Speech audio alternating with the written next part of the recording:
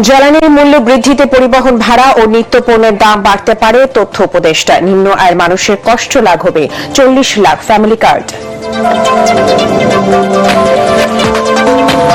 সরকারি নানা উদ্যোগের পরও দুর্ভোগ কমছে না গ্রাহকদের। সংকট মোকাবেলায় আমদানি নির্ভরতা কমিয়ে অভ্যন্তরীণ উৎস অনুসন্ধানের তাগিদ বিশেষজ্ঞদের।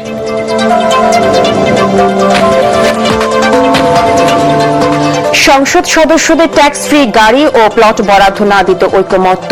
এলপিজি দাম সহনীয় রাখতে অনুরোধ। সংরক্ষিত নারী আসনে মনোনয়নপত্র জমা 53 প্রার্থীর।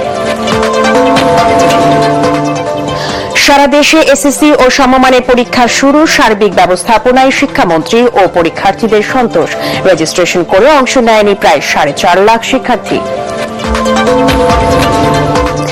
এবং অনিশ্চিত ইরান যুক্তরাষ্ট্র শান্তি আলোচনা। যুদ্ধবিরতির ব্যাপারে আশাবাদী ট্রাম্প। মার্কিন প্রেসিডেন্টের ক্ষমতা কমাতে চান ডেমোক্র্যাটরা।